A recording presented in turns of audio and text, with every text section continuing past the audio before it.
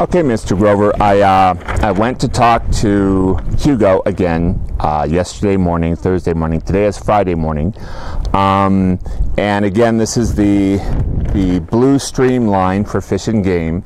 And no matter how hard I tried to convince Hugo that no water flows through here, and it's patently obvious that no water ever flows through here. This is not a blue streamline that Fish and Game would ever use. So I tried to reason with Hugo, and he's a very nice gentleman. And he said I have to install the stem wall at least 24 inches high, with holes, 800 square inches of holes, to allow the water to flow unimpeded, so that there would be water for the fish and the game, I guess, which is ridiculous. This is a desert. It doesn't have water flows. The soil is very porous, as you can see. It sinks right in.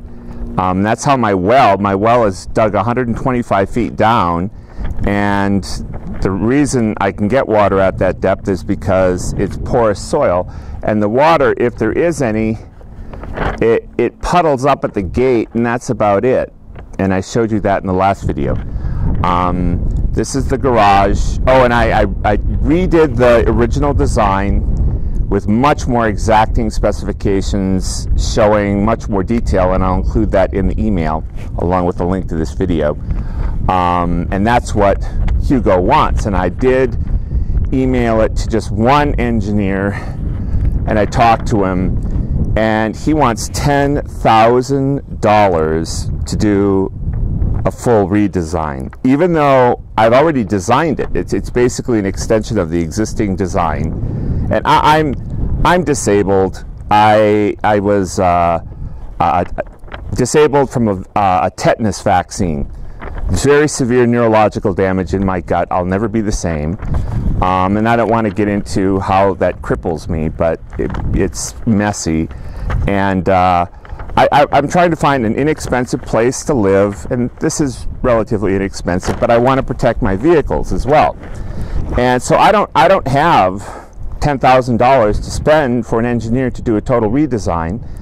And you have a stamp of a civil engineer that his license is still in good standing, and that, you know, we can increase the footings just like you want, you know, to 24 inches. The design even calls for that. You know, it's a very tough, very rugged Quonset hut, and the steel arch is an incredibly strong arch. I have another idea that I hope that you'll like, and I'm going to email you this idea. I'm going to walk you around. This is where a car would approach to go into the garage. Of course, I'm getting rid of this jacuzzi. And the blue lines are pretty much where the garage would be. And that's the back of the garage. Now, what I have planned here, you know how houses have rain gutters? And the rain gutters collect the rain off the roof, and they move the rain away from the house down to, even this house. This house has rain gutters on it, and it works great. So what I'm suggesting is the same thing, except, and I'm good with welding. I have a TIG welder, so I can weld steel. And I'm sorry, the wind is really picking up here. But you can see that area is lower than the slab where the garage is. So here's my suggestion, is that I create 8-inch by 2 or 3 inch high steel troughs. They're covered with steel mesh around most of the building, but where the cars come across, I have a steel grate. And for every 5 foot of travel, it goes down by 1 inch. So the water will naturally flow all around, and it will come out here. When you see me talk about a water washout, I'm talking about this area right here. So the water would be guided by troughs, and then the water would wash out down here. So, and you can see there's definitely a difference maybe a foot and a half, 18 inches worth of difference in height here. So this is where the water would wash out from the slab above. So water would naturally want to flow down here. And my idea is to do just that, except here, let me show you with the, I'm sorry, the wind is a little bad today, but I think you'll see the picture. That's north, and you see the slab, and the slab has an 8-inch, runs about 8 inches along each of the walls, and it's covered with mesh, screen mesh, except back here where the cars come in.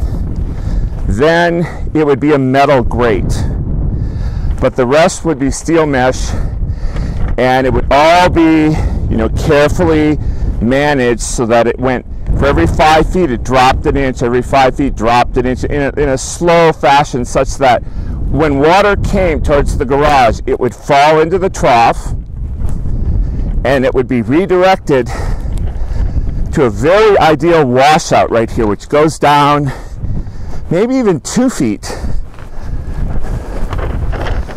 So you can see that. It would come down here, and the garage is 2 feet higher up there. So that's my idea, because this wouldn't cost me much to do. I could do this, and we stick with the existing design, and I'll get you the snow load calcs. And that, for fish and game, the only concern, there's no fish, and anyone who says there's fish, they're lying. There are no fish. And I know there's no fish, but the water, if you're concerned about the water, we can get the water moved around the garage and out to an area where that water would probably come here anyway. So like rain gutters around the side of the garage base would be used to conduct the water here, and that's a solution that isn't going to cost me $10,000. So I would like to suggest that as an alternate. In fact, that's a much better idea, in my opinion, than letting water flow across my slab. My insurance agent still can't believe, he says, well, it will insure your cars, but if you put boxes of stuff or anything in there, we can't insure any of that, because you're letting the water deliberately flow across the slab. And so, and I even talked to the firemen in Azusa, this was many weeks ago, they laughed at such an idea. I mean, even your firemen think that this is a laughable idea to let the water flow across the slab. This is a good idea.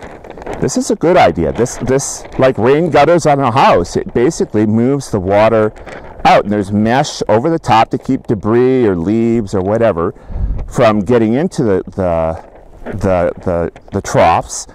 And I'm a good steward. I'll pull the screen off and sweep it out, just like cleaning rain gutters on a house. So that's my idea to you, and I'll go talk to Hugo again on Tuesday, just to see if he'll go with that. I hope you'll go with that. I hope you'll call him and say, yeah, go with that. This trough idea basically takes care of the water. It moves it right out to here. And there's plenty, it just happens to be lower than the garage by at least 18 inches to 24 inches. So I think this is a far better idea. We stick with the existing design, which is already stamped by a licensed civil engineer with no dings on his record. So, and I'm sorry I can't get a hold of him, he just won't contact me. And then we can just move forward with the garage the way it is, and of course I will get the snow calcs for you. So that's a point. I hope we can talk on Monday, Mr. Grover, and resolve this with Hugo on Tuesday. Thank you.